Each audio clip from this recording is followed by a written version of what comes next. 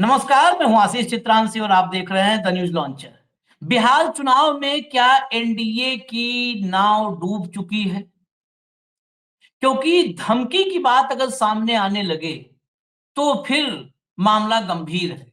हालांकि एक postcard viral हो गया था जिसमें अमित शाह के नाम से धमकी दी गई थी और इसे बड़ी जोर शोर से बिहार में प्रसारित कर दिया गया, प्रचारित कर दिया गया। उसमें था कि जो भी भाजपा को वोट नहीं देंगे उनको मुंबई दिल्ली में घुसने नहीं देंगे। फैक्ट चेक में पता चला कि ये पोस्ट कार्ड फेक है। लेकिन धमकी की बात अगर कहेंगे तो धमकी पोस्ट कार्ड वाली भले ही फेक हो, पोस्ट कार्ड से इतर कई जगह पर धमकियों की बात आ रही है।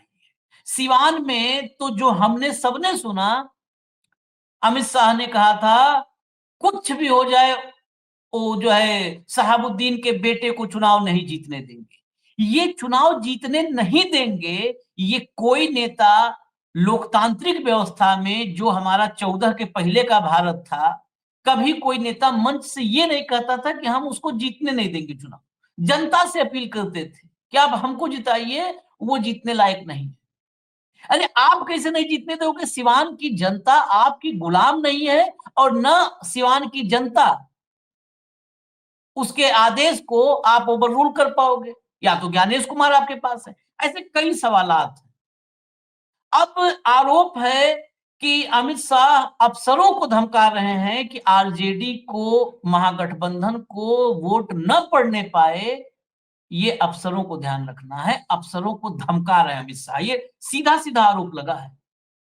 इतना ही नहीं, वो तमाम अपनी रैलियों में जो आ रहा है, एक आरोप भी लग रहा है, सीधा सीधा आरोप लग रहा है उन पर कि विपक्ष को भी धमका रहे हैं, तेजस्वी को भी धमका रहे हैं, लालू यादव के परिवार को भी धमका रहे हैं।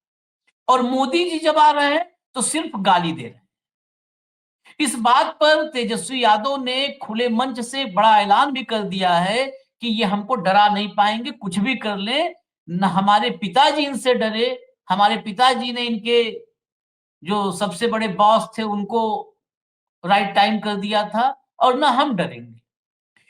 मैं आपको पूरी खबर दिखाता हूं, लेकिन संक्षिप्त में ही, ज्यादा लंबा नहीं, संक्षिप्त में ही वीडियो हम रखेंगे। लेकिन इस पर जो बीजेपी की 14 से बाद वाला भारत बीजेपी ने बनाया है, उसको समझने के लिए हेमंत भाई को ले आइए साथ में। हेमंत जी हमारे साथ हैं। स्वागत है हेमंत भाई। मैं खबर बस दिखा दूं और सीधा आपके पास। भैया लाइए खबर, लाइए। अमित शाह की गीदड़ भभकी से नहीं डरूंगा, तेजस्वी। ये कहीं ट्वीट वगैरह पे नहीं कहा है, ये जनसभा में कहा है, हजारों लोगों के सामने कहा है। किशनगंज में बोले तेजस्वी, हमारे पिता ने आडवाणी को गिरफ्तार किया था, पीएम बिहार सिर्फ गाली देने आते हैं। मैं आपको खबर भीतर की दिखा दूं, जलाइए भैया फटाफट। कोचाधामन विधानसभा क्षेत्र में अलता जगह है, वहां पर तेजस्वी यादव चुनावी जनसभा में थे।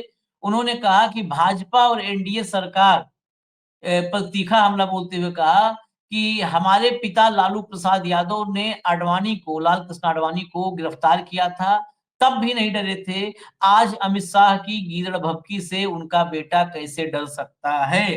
क्योंकि अमित शाह लगातार, अमित शाह क्या, अमित शाह और मोदी लगातार उनके भाषणों में सिर्फ एक ही पॉइंट है अटैक का, वो है पॉइंट लालू यादव का परिवार। जैसे बाकी राज्यों में जाते हैं तो सिर्फ और सिर्फ राहुल गांधी और कांग्रेस उनके निशाने पर होते हैं, तो बिहार में कांग्रेस का हिस्सा 15-20% है, 80% वो सिर्फ और सिर्फ लालू यादव के परिवार पर अटैक करते हैं। अगला स्क्रीनशॉट लाइए जरा। अगला, हाँ। तेजस्वी ने प्रधानमंत्री नरेंद्र मोदी पर भी तीखा प्रहार किया। उन्होंने कहा कि मोदी जी जब भी बिहार आते हैं तो सिर्फ लालू जी और तेजस्वी को गाली देने आते हैं, चुनाव आते ही केस और मुकदमे की राजनीति शुरू कर देते हैं, लेकिन हम इनकी गीदड़ भभकी से डरने वाले नहीं हैं। आगे अगला एक स्क्रीनशॉट दिखाइए। ये देखिए, ये और महत्वपूर्ण है, ये ज्यादा महत्वपूर्ण है। अमित शाह अधिकारियों को धमका रहे हैं कि आरजेडी को वोट न पड़े। तेजस्वी ने ये कहा है कि आरजेडी को वोट न पड़े, ये धमकी दे रहे हैं जो है अमित शाह।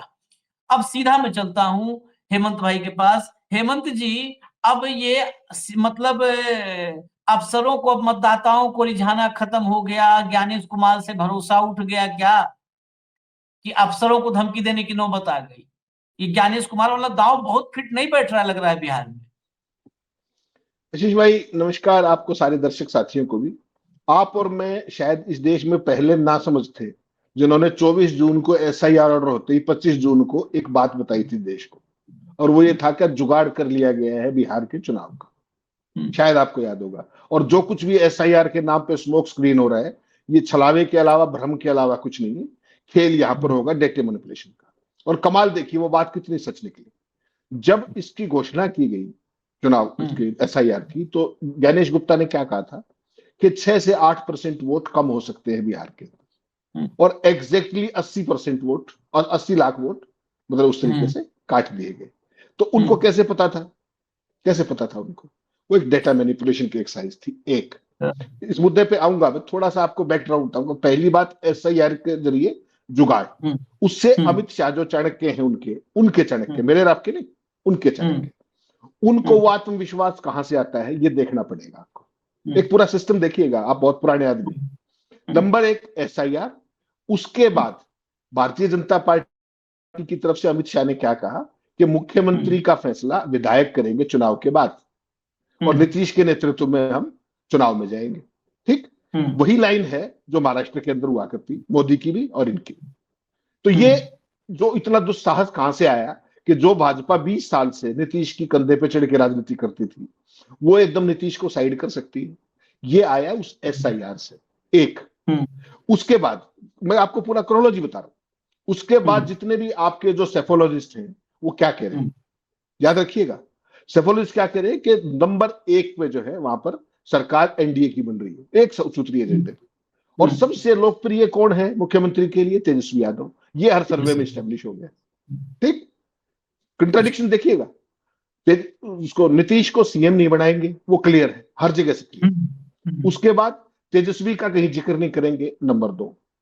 तीसरा जो आपने महत्वपूर्ण कहा कि अधिकारियों को डरा रहे हैं अमित शाह, अब डराने की जरूरत नहीं है।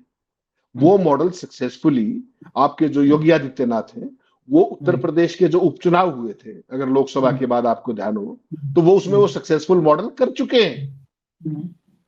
अब डराने धमकाने की सार्वजनिक जरूरत नहीं है, वो एक इशारा ही है।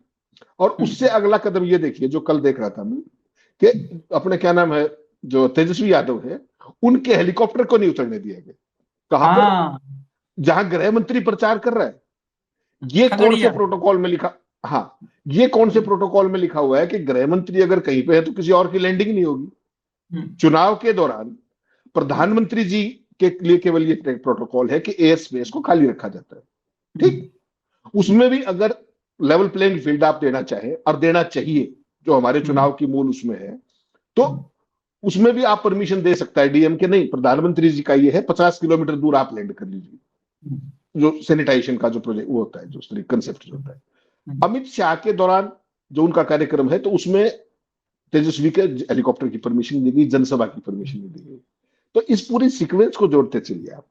उसके बाद जो अमित शाह की जो भाषा और भावभंगिमाएं होती है, जिस तरीके से भ्रष्टाचार के आरोप एकाएक अब तेजस्वी पर, उनके परिवार पर, पूरा मीडिया लगा हुआ इस काम में। उसमें गुप्त स्टोरी, इनसाइड स्टोरी, ये स्टोरी, वो स्टोरी, कोई सिर न पैर, लेकिन चलानी है, बदनाम करना है। ठीक, और प्रधानमंत्री जी एक दिन में 52 बार, 52 टाइम्स, 2 जनसभाओं में 52 बार जंगल राज याद दिला के गए। आपका रामराज सारे देख रहे, नीतीश कुमार का और आपका जो रामराज है वो पूरा बिहार देख रहा है। ठीक, और प्रधानमंत्री जी ने एक नई रोजगार योजना चला डाली, वो आपके ध्यान से उतर गया शायद, रील रोजगार योजना। पहले पकोड़ा तलो योजना चलाई थी, उसका सबसे ज्यादा विरोध वहां के लोगों ने किया था, बिहार के लोगों ने, उत्तर प्रदेश के लोगों ने। अब रील रोजगार योजना। और अमित शाह जी का विजन देखिए, वो क्या कह रहे हैं कि एआई का सबसे बड़ा सेंटर हम वहां पे बनाएंगे। ठीक, एक तरफ तो एआई पूरे दुनिया में रोजगार खाती जा रही है। जो लोग काम करते थे, जो हमारे कंप्यूटर प्रोफेशनल्स काम करते थे, उनकी इतने बड़े पैमाने पे छटनी क्यों हो रही है? Due to AI. और अगर एआई का बनाना था आपने, तो आज से 10 साल पहले बनाते ना, जब एआई का दौर शुरू हुआ था। आज की तारीख में तो रोजगार खाने की मशीन है वो। तो इन लोगों के विजन और कंसेप्ट में चाहिए, इनकी केवल जो चेहरे पर जो इनके शब्दों को देखेंगे आप, तो उसमें एक दुस्साहस प्रतीत होता है। दुस्साहस शब्द प्रयोग करा उन्होंने। और वो दुस्साहस कहां से आता है? वो आता है उस एसआईआर से, जिसमें इनको ये पता है कि चाहे कोई नीतीश कुमार हो, चाहे कोई तेजस्वी यादव हो, चाहे कोई कुछ हो, हम ज्ञानेश गुप्ता के साथ अपना खेल कर चुके हैं। ठीक है। हम्म, उसके बाद तभी आप ये सब चीजें कर सकते हो, बिहार के बारे में जो कुछ कह रहे हैं, उस जंगल राज के बारे में जो कुछ कह रहे हैं, और 5 साल के बाद के विजन के बारे में। और उसमें देखिए, इसमें बड़ी आपको समानता मिलेगी। मध्य प्रदेश में महिलाओं को पैसे दिए गए थे, सारा वोट का खेल उसके पीछे छुपा दिया कि महिलाओं वाली, जो महिलाएं बहुत करीब है मोदी जी को चाहती है, खेल कर दिया। महाराष्ट्र में लड़की बहना योजना, उसकी एडवांस किस्तें दे दी गई। कभी कभी आपने सुना है कि किसी आदमी को एडवांस पेंशन मिली हो? पूरे दुनिया में एक एग्जांपल बताइए मुझे। भैया पेंशन 1 तारीख को आएगी पिछले महीने की, वहां पर लड़की बहना के नाम पर अगले महीने की पेंशन दी गई, दिवाली के नाम पर एडवांस दिया गया। और फिर जो 40 लाख वोटों का खेल किया था महाराष्ट्र में, उसके पीछे छुपा दिया कि लड़की बहना योजना ने मोदी को जिता दिया, 93% स्ट्राइक रेट आ गया। तो ये सारा प्रोजेक्ट वो चल रहा है। प्लीज समझिए इस बात को। जिस तरीके से बिहार जैसे गरीब राज्य में चुनाव की एन पूर्व संध्या पे 7,500 करोड़ एक बार, और 2900 करोड़ उस समय जब ज्ञानेश गुप्ता वहां पर चुनाव कार्यक्रम घोषित कर रहे थे, आप उस समय अवकाश पे थे। ज्ञानेश गुप्ता ने 4 बजे घोषणा की और 3 बजे मोदी और नीतीश कुमार ने 2900 करोड़ रुपए बांटे फिर से महिलाओं के लिए। तो ये सारा प्रोजेक्ट वो है। इनके पास कोई नैरेटिव नहीं है, इनके पास ये चीजें हैं जो मैंने आपको बताई। एसआईआर से गेम कर चुके हैं, बाकी सारी इनकी तरफ से औपचारिकताएं हो रही है। औपचारिकताएं, SIR was one part. Administration के जरिए जो मैनिपुलेशन होनी है, सीमांचल में जो वोट काटे जाने थे, एक पर्टिकुलर समुदाय को जिस तरीके से वोटर लिस्ट से बाहर किया जाना था विदेशी के नाम पर, वो सारा खेल अपन 25 जून से बता रहे हैं। अब तेजस्वी यादव, मैं फिर at the cost of repetition एक वाक्य कह रहा हूं, अगर विपक्ष को सरवाइव करना है बिहार में और देश के किसी भी हिस्से में, क्योंकि अब तो पूरे देश में एसआईआर होने जा रहा है, उसका उपचार केवल एक है आशीष भाई, कि मैसिव वोटिंग करा दीजिए आप। सारे का सारा तेजस्वी का और जो महागठबंधन है उनका जोर केवल एक बात पे होना चाहिए। मोमेंटम है, सारी बात है, लेकिन ये जो भीड़ आ रही है इसको देख करके भ्रमित ना हो। आखिरी वोट तक को बुलाने की कोशिश करें, आखिरी वोट को डलवाने की कोशिश करें, तभी जो इन लोगों का दम है, जो दुस्साहस है, उसका आप जवाब दे पाओगे। अगर आप 80% वोटिंग करा ले जाओगे तो फिर डेटा जो मैनिपुलेशन है वो फेल हो जाएगा, अदरवाइज नहीं होगा। और इसी चीज को समझ कैसे रहे तेजस्वी, आप वो देखिए, वो बिहारी बनाम बाहरी का लगातार उन्होंने पकड़ दिया है कि अब बिहारियों के ऊपर बाहरी राज करने जा रहे हैं रिमोट कंट्रोल के जरिए। तेजस्वी की सेहत का हवाला दे रहे हैं, तेजस्वी का कमांड में ना होने का, तेजस्वी को मुख्यमंत्री ने बनाए जाने का, हर वो चीज वो पकड़ रहे हैं जिसको कहते हैं ना कि हिटिंग द राइट पॉइंट्स। हाँ, नीतीश को सीएम ना बनाने का, उन हर मुद्दों को उठा रहे हैं जो इस चुनाव में महत्वपूर्ण हो सकते हैं। ये सारे नैरेटिव के साथ साथ अगर वो मैसिव वोटिंग सुरक्षित करते हैं, सुनिश्चित करते हैं, फिर मोदी और शाह की आप देखिएगा लाइन बदलती दिखेगी आपको।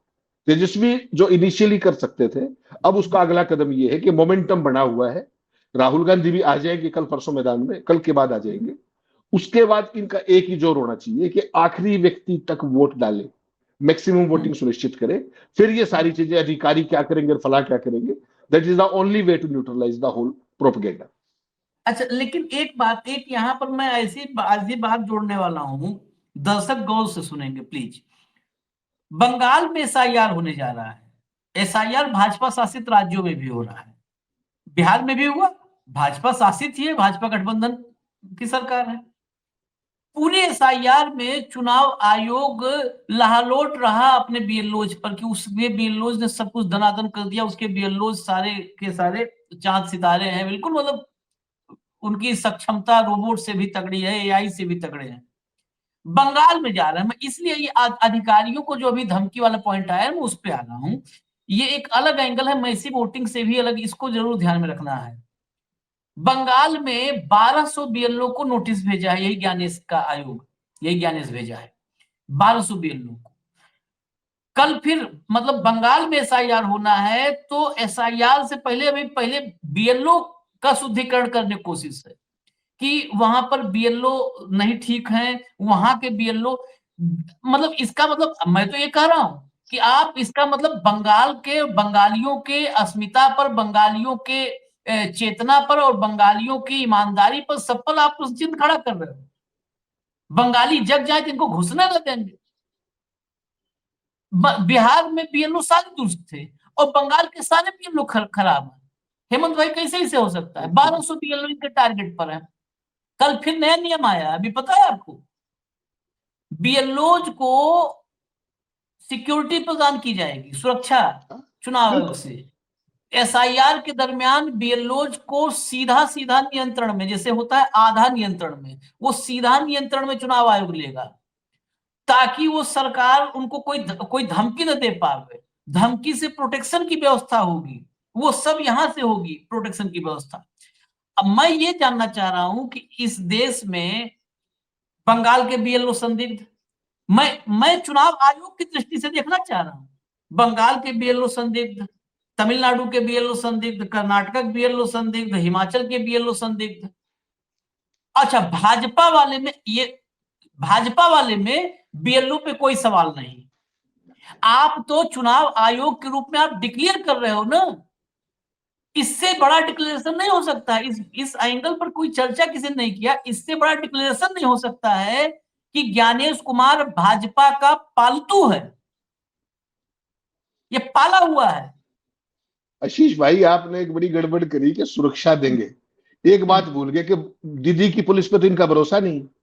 हाँ। देखिएगा उस दिन से कि 1200 बीएलओ जो संदिग्ध मिले हैं, संदिग्ध हाँ। कैसे मिले, उनका अपने ही पैरामीटर है, आप समझ जाइए उस बात को, हाँ। कि जो कंप्रोमाइज नहीं कर रहे इनके साथ, वो 1200 इन्होंने चिन्हित कर लिए। ठीक, हाँ। हाँ। डरिएगा उस दिन से जिस दिन ज्ञानेश गुप्ता ये ना कह दे कि इन सबको सीआरपीएफ की सिक्योरिटी दी जाएगी, क्योंकि बंगाल की दीदी की पुलिस पे तो भरोसा नहीं। उस दिन की कल्पना कीजिए जब कि बीएलओ जो है उनको सुरक्षा सीआरपीएफ की या सीआईएसएफ की दी जाएगी, फिर क्या कर लेंगे आप? फिर आपने कहा कि चुनाव के दौरान उसके सारे नियंत्रण अपने हाथ में लेना। जब देश में किसी भी राज्य के अंदर या देश के अंदर जब चुनाव की घोषणा हो जाती है, पर्टिकुलरली आप स्टेट की बात करें, आपने बंगाल का जिक्र किया या बिहार में चल रहा है, चुनाव प्रक्रिया की घोषणा के बाद सारा प्रशासन उनके नियंत्रण में डायरेक्ट इलेक्शन कमीशन को रिपोर्ट करता है। किसी मुख्यमंत्री को नहीं, किसी कुछ को नहीं, सीधा सीधा चुनाव आयोग, वो चाहे जिसको चीफ सेक्रेटरी को हटा दे, डीजीपी को हटा दे, डीसी को हटा दे, जो मर्जी हटा। ठीक, तो ये सारा खेल कहीं वो तो नहीं है कि चुनाव से पहले ही वो आचार संहिता टाइप की चीज जबरन थोप करके, क्योंकि आजकल आपको पता है कोई कायदे कानून संविधान अदालत कहीं उनको किसी चीज की चिंता तो है नहीं, तो ये कुछ भी कर सकते हैं। जो बीएलओ 1200 चिन्हित किए उनको सुरक्षा दी जाएगी। ज्ञानेश गुप्ता थ्रेट परसेप्शन भी करने लगे क्या? वहां खुद ही बैठ के सपने आने लगे उनको? बिहार में सारे सुरक्षित थे, वहां पर सुरक्षा को खतरा है। यही कह रहा हूं, जब बिहार में सवाल हुआ, अब देखिए कितना कंट्राडिक्टरी है, लेकिन इस देश ने एक ही चीज गांधी जी वाला सीखा था, उसको पलट करके, लेकिन सीखा पलट कर कि बुरा, उन्होंने कहा था बुरा मत देखो, ये कहते हैं क्या?